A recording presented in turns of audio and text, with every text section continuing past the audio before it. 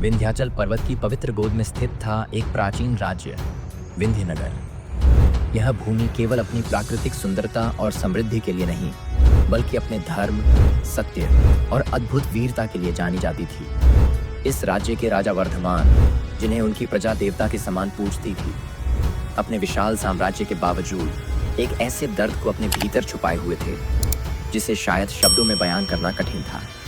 रानी इला का सौंदर्य ऐसा था कि देखने वाले बस देख ही रह जाते, लेकिन उनके नेत्रों में एक अधूरी आस का जल स्थायी रूप से बहता रहता।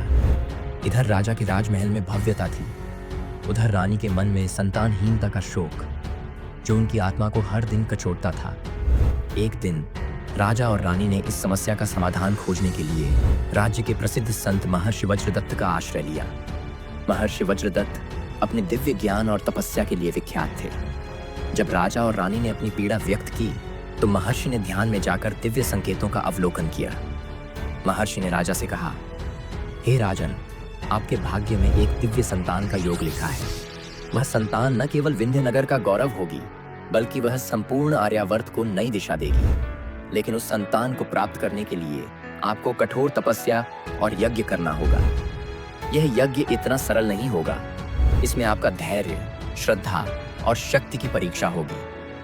राजा और रानी ने महर्षि की बात को आदरपूर्वक स्वीकार किया और यज्ञ की तैयारी शुरू की। यज्ञ का आयोजन विंध्याचल पर्वत की तलहटी में किया गया, जहां 7 दिन और 7 रातों तक अग्नि प्रज्वलित रही।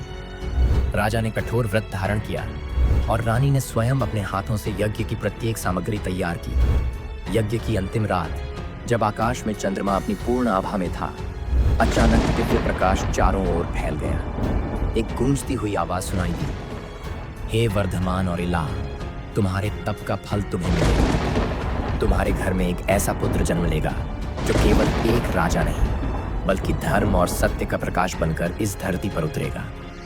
आकाशवाणी के कुछ ही महीनों बाद रानी इला ने एक दिव्य बालक को जन्म दिया। बालक का जन्म होते ही राज्य में उत्सव का माहौल छा गया। राजा ने इस बालक का नाम रखा सोमेश्वर, जिसका अर्थ था चंद्रमा के समान उज्जवल और सभी पर विजय पाने वाला। सोमेश्वर के जन्म के समय अद्भुत घटनाएं घटित हुईं। आकाश में एक दिव्य तारा चमक रहा था, पक्षी मधुर गीत गा रहे थे और वातावरण सुगंधित हो उठा था।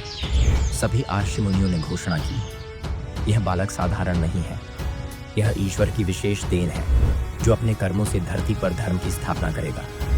सोमेश्वर बचपन से ही अद्वितीय गुणों के धनी थे। जैसे जैसे वे बड़े हुए, उनकी साहसिकता और जिज्ञासा के किस्से पूरे राज्य में फैलने लगे। उनके हृदय में प्रजा के प्रति अगाध प्रेम था।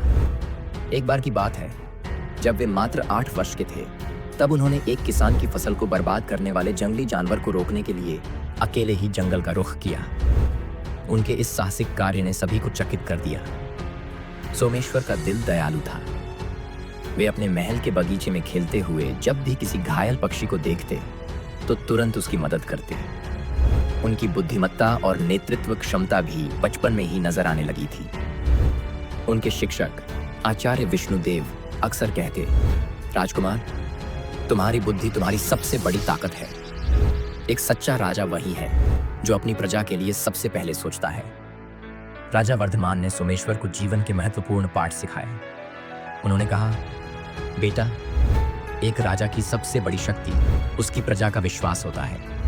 जब तक प्रजा का विश्वास तुम्हारे साथ है, तब तक कोई शक्ति तुम्हें हरा नहीं सकती। कभी भी अन्याय का साथ मत देना और सदा धर्म के मार्ग पर चलना। सोमेश्वर ने अपने पिता की हर सीख को आत्मसात किया। वे अपनी प्रजा के सुख दुख में भागीदार बनने लगे।